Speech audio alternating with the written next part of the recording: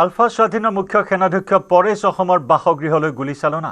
চাবুৱাৰ জেৰাইগাঁওস্থিত বাসগৃহত দুৰ্বৃত্তৰ গুলীচালনা দুৰ্বৃত্তই দুজাই গুলীচালনা কৰাৰ অভিযোগ পৰিয়ালৰ নিশা প্ৰায় 12 বজাত দুৰ্বৃত্তই চলাইছিল গুলী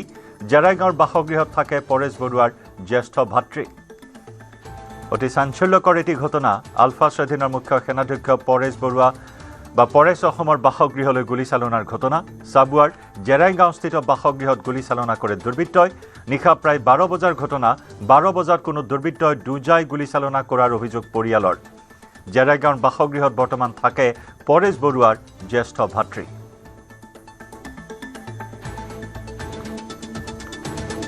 মই 12 ডিউটি আছিলে ৰাতি নিশা মই আছো ভিতৰত ইয়াতে আছিলো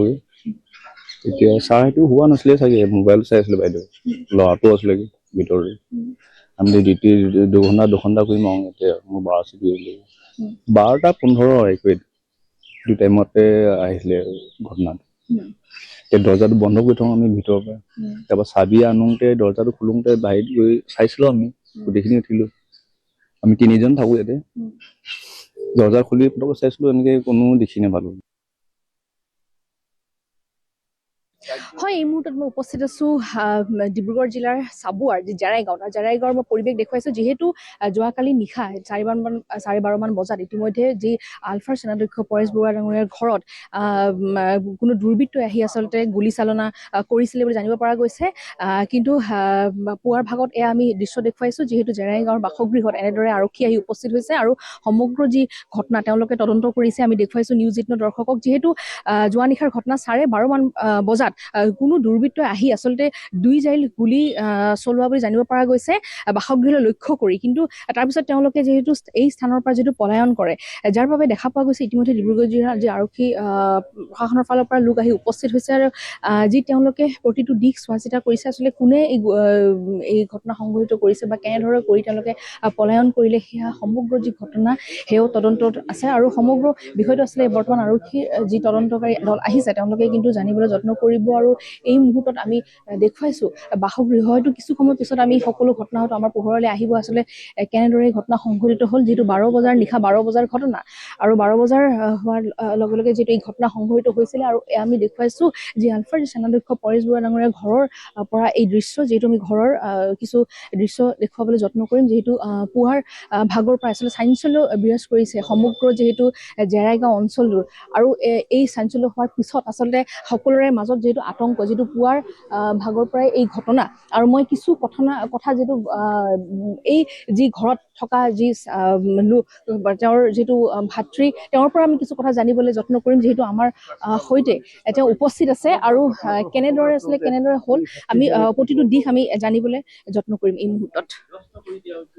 এই বস্তুটো আমি ভাবিছো যিহেতু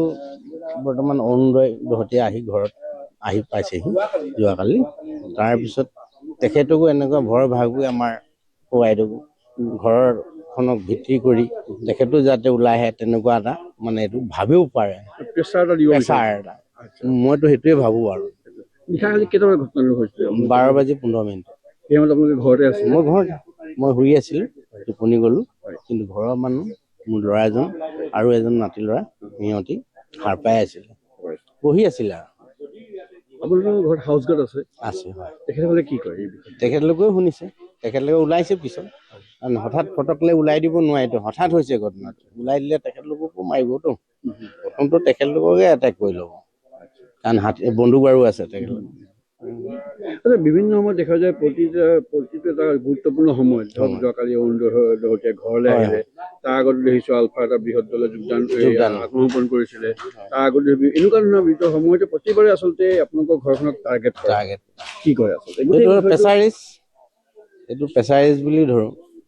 প্ৰেছাৰাইজ দিছে বেলেগ আৰু বেলেগ প্ৰেছাৰাইজ দিছে আমৰা দেখিছো আগতো এনেকুৱা ধৰণৰ ঘটনা হৈছে আপোনালোকৰ সিকিউৰিটি কেনেকুৱা ধৰণৰ ইয়াত বৰ্তমান যিখিনি বিচাৰিছে তেনেকে ধৰণৰ পৰিয়ালটো সুৰক্ষা দিছে নে তেখেতলোকে চব সিকিউৰিটি এই ইলেকশ্যন হ'ল ইলেকশ্যনৰ টাইমত তেখেতলোকে দুজন ইয়াৰ পৰা নিছিলে ডিউটিৰ কাৰণে কাৰণ সিকিউৰিটি সিহঁতৰো নাটনি হৈছে তাৰপিছত যোৱাকালি আহিলে ইলেকশ্যন শেষ হোৱাৰ পিছত পঠাই দিয়াৰ পৰা আছিলে তেখেতলোকো অলপ ভিতৰত আছিলে গতিকে সেইটো ফটকলৈ গুলি শব্দ, বতৰটো বেয়া আছিলে, বৰষুণ দি আছিলে, ফটক গুলিয়াই হোৱাৰ লগে লগে তেখেতলোকো ওলাবলৈতো নোৱাৰিব, পজিশ্যন ল'ব লাগিবতো, সেইকাৰণে। হয়, এই মুহূৰ্তত দেখুৱাইছো যি আচলতে আলফা সেনাধ্যক্ষ পৰেশ বৰুৱাৰ ভাতৃৰ আজি আমি প্ৰতিক্ৰিয়া ল'বলৈ যত্ন কৰিলো। আচলতে এই ঘটনা কিন্তু আজিয়ে নহয়, বাৰম্বাৰকৈ প্ৰায় 3বাৰকৈ এনেধৰণৰ ঘটনা সংঘটিত হৈ গৈছে আৰু আজিৰ দিনত দেখা পোৱা গৈছে কালি নিশাৰ ভাগতো সেই একেই ঘটনা সংঘটিত হৈছে। আৰু এই মুহূৰ্তত দেখা পোৱা গৈছে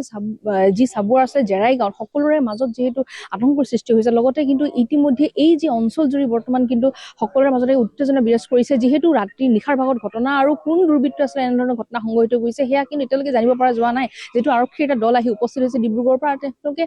গোটেই যি আছিলে চোৱা চিতা কৰা যি তদন্ত বৰ্তমান কৰি আছে আৰু প্ৰতিটো প্ৰক্ৰিয়া আৰম্ভ কৰিছে আৰু ওচৰে পাছৰে যি আছিলে লোক সকলোকে বৰ্তমান পুছতাছ কৰিব। আৰু এই মুহূৰ্তত আমি দেখুৱাইছো চাবুৱাৰ যিটো জেৰাই গাঁৱৰ পৰিৱেশ।